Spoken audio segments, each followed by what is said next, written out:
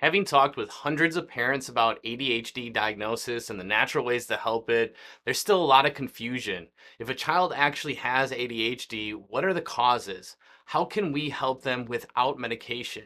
These are the questions that parents give us on the daily. So in this video, I want to answer a lot of these questions. We want to look at ADHD through a different lens than just the diagnosis, just the symptoms, just the output. We want to unpack it to really see how the brain and nervous system influence these systems of the body that bring about the attention, focus, impulse control, hyperactivity, all of those struggles. So to really go back to that main root cause, that can make sense to help find the answers to really address these difficulties. And I really want to do this through a lens where we look at it as how do we help the body to make this more of a superpower than a struggle? Because here's the truth of it. A lot of kids that are the go-getters, the go kids, the kids that are just in it to win it, if you will, that can't sit still, that's actually something that's going on to help them later in life, right? To be motivated to accomplish great things. We've got to help them to be able to do it within the right limits. So before that, I want to look at some of the eye-opening stats that go with ADHD. This will blow your mind. In fact, right now, I think this was just a couple-year-old study. They estimate 6 million children in the US alone have been diagnosed with ADHD. That's roughly 9.4%. Almost 10% of children in the US get diagnosed with ADHD. Now, that is an increase from 42% from 2011. Now, these numbers, they're staggering. It's crazy to me to think that.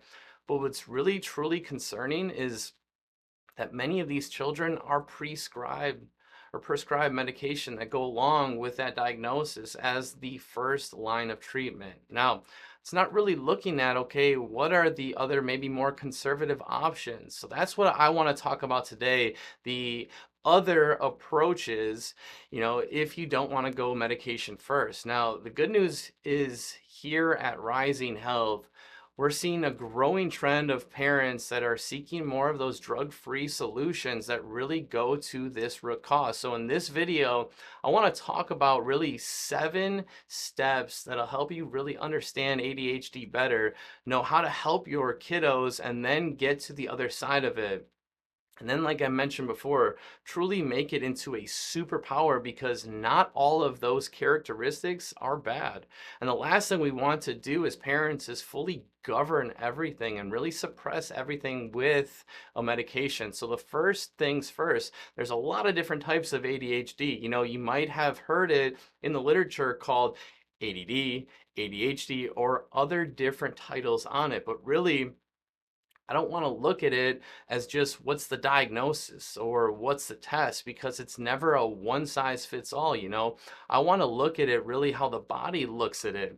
And each presents differently because each requires a customizable approach. There's these kiddos that struggle more with the raging bull, bull in a china shop, want to go hyperactive, can't stop moving, screens will calm them, sports will calm them, movement will calm them, but that's about it. And then there's the opposite of it, where the kiddos are maybe a little bit more just unfocused, maybe a little bit more, inattentive. Maybe there's not the hyperactive side of it or the I've got to keep moving, right? It's just, they're like a space cadet. Are they distracted, right? It happens to all of us when we're focused on different things. So there's different kinds of ADHD, and it's important to really hone in on these. And that's where it leads me to number 2. ADHD isn't just that busy, overwhelmed brain. Now, it can be an overwhelmed brain, but it's most often because the body is what's making the brain be overwhelmed. And I want to pack this a little bit. The body and the brain are intimately connected. So everything sensory coming in from the environment can cause our central nervous system to be affected by it and cause it to be into a fight or flight mode. The question most parents have with ADHD is, where is this stress, this fight or flight protective mode response really coming from? And a lot of times We think of it, okay, is the stress coming from our external environment? So we change, we give kids the wobble boards, we help kiddos focus, we give them plans for it in school. But there's actually a process internally where stress is coming from. Our sensory systems internally that's telling our brain, hey, things need to go really fast. Things need to be more stressful. That can actually cause our internal environment to really react to our external environment in a way more hyper aroused state. That's going to cause us to be more affected by what's around us. Now, here's what parents ask really how this happens. And you've got to go back for this into a child's development, a baby's development, so all the way back, because that's where the root cause goes here. High stress and high risk pregnancies can put mom and baby into a more sympathetic dominant state. Now, what that does is it shifts them more into that fight or flight and protective state. This is why you see kiddos that struggle with, more with colic or constipation, with a lack of sleep. They're actually more in a sympathetic state very early on. It didn't just start when they hit, kindergarten, first grade, second grade. This has been something that has been presenting itself since early on. Now, it really takes it to another level that we find in our practices, birth intervention. So, if there's been a difficult birth, forceps, vacuum, C-section, induction, one that places a lot more physical stress, commonly in the upper neck or the shoulders, in this area of neurology, that's going to overwhelm the neural motor development even more. Now that makes kiddos more uncoordinated, more antsy, where they feel like they have to move. And that's what really calms the brain. This is why ADHD kids and older kids, they're the kids that want to move a lot. They're the kids that want a lot of stimulation. They're the kids in the class who are like, Mom, I'm just bored. I get the answer so quickly that I can't sit still after. It's actually because their nervous system is more in that sympathetic state. So you see this go on with kids, and they might be more fussy or colicky as an infant. And again, the sympathetic tone is really overwhelming the autonomic nervous system. The autonomics are what control our sleep, digestion, our breathing. So a lot of times babies and toddlers will struggle with that. And then the next phase we actually see it hit more is the immune system. This is why these kids struggle more with ear infections, respiratory infections before the age of 3. And then if you add in antibiotics on top of that, you really start to suppress the brain-gut connection that happens with the vagus nerve. The nervous system gets overtaxed, overworked, and that perfect storm comes together with those stressors. The signals that are sent to the brain are full protective, full fight or flight response in every area. Now, this is where the cerebellum comes into play, this back portion of the brain, which is the motor sensors, and they take all that information in. And then it causes kiddos to not be able to sit still. That then goes to the midbrain or the limbic system. That's just right above the cerebellum or the back portion of the brain. And that actually gets all of the feedback from the cerebellum. And that actually affects our focus, attention, and everything in it. It's actually that area of the brain that puts us more in that fight or flight fear portion, that midbrain portion. Now, if that's in fight or flight, that midbrain, then the upper brain, the prefrontal cortex, can't get enough signals. This is, what affects our socialization, our situational awareness, the ability to self-regulate, calm, and interact. Those are all frontal brain. These are all the higher levels of the brain. But if we're stuck more in that movement in the cerebellum, if we're stuck more in this midbrain, the amygdala, the limbic system, that midbrain area that is the stress and in fear, the signals can't get up to the prefrontal cortex to help everything calm. Now, my third point is ADHD is not just hyperactivity like I talked about first. It can be an overwhelmed body and brain that causes brain fog, focus, attention. You can actually get overwhelmed, exhausted, and go slow from ADHD, especially if it's not addressed. It can cause a huge energy drain for our kids. This is actually where you see the progression. Kiddos that are, kindergarten, first grade, second grade, present with a ton of hyperactivity or movement And then you see them in high school, and it actually becomes more of demotivation or a depression side of it, where their nervous system, it just can't get up for the challenge because they're more exhausted and tired. See, when the sympathetic system, that midbrain, that limbic system is stuck in a fear or fight or flight for a long time, high energy, low sleep, constant stress, it eventually burns out. It demotivates. It gets you tired. And then it's the grumpiness. It's the, I got 4 kids, and it's where, you wake up your toddler from a nap too early and they're stressed. The same is true for a middle school or a high schooler that gets home from school and they've been stressed all day. They're going to be set off very quickly because they're grumpy, they're moody, they are tired, just like a toddler. But they're not as easily, going to go settle down for that nap. They're going to fight you on it. And that's oftentimes how we see behaviors come in. Now, number 4, a lot of you, if you've been down this world of going to the root cause of ADHD, you probably look at the role of genetics. Now, yes, genetics can influence these behaviors, right? How many of us has really said with our kids, like, man, they're behaving exactly like I would?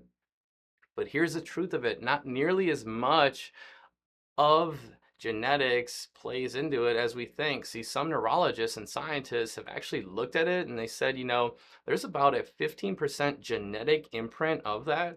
In fact, Dr. Bruce Lipton, he's a PhD biologist who studies epigenetics. He estimated that no more than that 15% actually impacts our genetic codes. That means 85% is more the environment, and it's up to us. So it's influenced not only by the external environment, that as parents are working so hard to keep your kids calm, but it's the internal environment, that sensory system that's fueling, like I talked about, that cerebellum and that midbrain.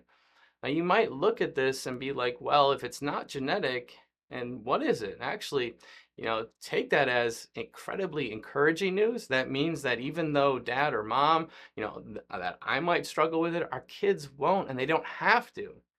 So if your child is struggling with this, they may have gone through all the traditional tests. How do we test for it? Now, these traditional tests, they often focus solely on the symptoms. They're talking about a lot about questionnaires. They're looking at a lot of different things. But here at Reissing Health, we want to go deeper.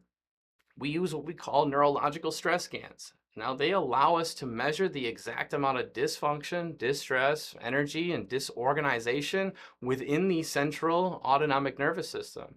Now, this is important because this is that internal environment that I talked about. This is going to give us a clear picture as to what's really going on in the body and then what's fueling the brain. So for example, in the classic, bull in China shop ADHD case, we might use these scans on a kiddo, and they're little sensors that go along their back, and we're going to check it all the way up, all the way through their neurospinal system to see what's going into the cerebellum and the midbrain. We find kiddos that actually have double the amount of energy, tension, and distress in key areas that are actually overfueling the brain. Now, these metrics, when they're almost double, they tell us there's so much more than a checklist. Because if a kiddo is trying to settle down, they're trying to sleep, they're trying to do homework, they're not going to be able to settle down because their brain is just getting so much information into it. In fact, we look at these scans, we find that these same kiddos that struggle with all that tension, all that distress, that are feeling their cerebellum, they often have higher heart rates. They often have, more jittery movements. They can't sit still. So there's a lot of these softer signs that you can see where the body is fueling the brain and it's really overwhelming it internally. Now, to address the root cause, instead of just trying to treat the symptoms, we have to focus on the internal aspects of that. Now, when that's stuck in an out of balance in that nervous system, to get to the root cause, it's going to create the lasting change, putting it back into balance. So within those scans, within that energy that I talked about that we're seeing, it's fueling the brain. We have to know where it's coming from. If we can find out where it's coming from, then we can target it and then we can calm it. This is where care comes in, where we look at these personalized care plans. We want to look at these scans and say, okay, here's where a child is more stressed. Did they have a difficult birth? Did they have difficult development? Was there a lot of pre-maternal stress that influence the environment, that 85% of it that can be caused by and be more stress. And where is that coming from? Is it more in the upper neck? Is it the shoulders? Is it more in the neurology of the lungs, the gut, all of these things? That's going to allow us to really look carefully and put a plan together that's customized for your child that says, here's what they need to work on. And what you'll see in that is you'll actually see kids conquering the softer signs first, where they're sleeping better, they might be digesting a little bit better, they're breathing better, they're able to kick sickness and the immune function is so much better because all these things are interconnected by way of the nervous system. And when we find where that system is struggling, that's going to impact the symptoms long term. Now, we know that medication has its place, but we want to be able to explore different drug-free options first, because the truth of it is most of the time it's the other way around. The medication comes first. Now, our approach, we want to look at that brain function naturally. So if we can eliminate that internal stress, it gives you another variable that you can take down, where then it maybe eliminates the need for medication in many places. This is why we work with parents. Is if you wanted to limit medication, if you're already on medication and it's just not working all the way, we want to help you look at the internal environment. And most importantly, we really want to reframe that ADHD. It's not just a disorder. And I know parents, you probably felt that it's a different way of, processing the information from the environment, from the internal nervous system into the brain. See, when it can be properly managed, when it can be worked through efficiently with a kiddo, can actually lead to incredible creativity, productivity, and really success. And I always like to think of it is, the kiddos that have struggled with this, they're the kiddos that are going to grow up to be the entrepreneurs, the go-getters, the leaders, because they're so driven. We just have to help them do that the right way. And then the analogy that I love to use is, if you're driving a Corvette and you're driving a fancy sports car that goes really fast, but you can't take it around the tight turns and you don't have the brake pedal to take it around that turn, you're going to struggle, right? But the last thing we want to do as a parent is really trade that awesome sports car in for something that's maybe not as fast. Maybe like, if you have a Ford Focus or a minivan, nothing wrong with that. I have a minivan at home because I have 4 kids, we need it. But you want to keep that sports car because that's got an incredible amount of speed, quickness, and it's just awesome. So wouldn't you rather put better brakes in or better control of that sports car rather than to have to trade it in or govern it all the way down? And this is why we want kiddos to be and to have that cheat code, to keep that sports car, to keep that creativity, that productivity, and then experience success in that way without having to govern the whole system. So if you're feeling, held back by ADHD, a diagnosis, and you're a parent just watching your child struggle, we want to help you take action. Don't just let another day go by with them feeling overwhelmed or misunderstood. Check out our website, give us a call. We want to look at those INSiGHT Neurological Scans because that lets us get to the root cause of the symptoms within the systems of the body.